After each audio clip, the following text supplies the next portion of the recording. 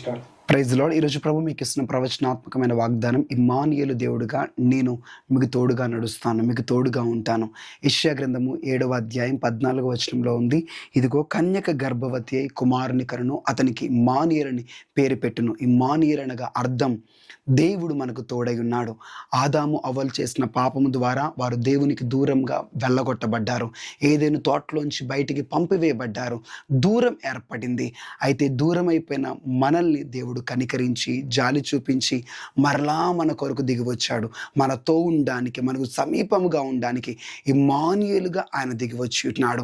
మీకు వ్యాపారములు చేస్తున్నారా, ఉద్యోగములు చేస్తున్నారా, చదువుకుంటున్నారా, ప్రతి విషయంలో కూడా దేవుడు మీకు తోడుగా ఉండబోతున్నాడు. ఇమ్మానుయేలుగా మీతో పాటు నడవబోతున్నాడు. మీరు ఎక్కడికి వెళ్తున్నా, మీరు ఏ పని చేస్తున్నా మీకు తోడుగా ఉండి మీకు ధైర్యం ఇచ్చి మీకు అన్నిట్లో విజయాన్ని ఇవ్వబోతున్నారు.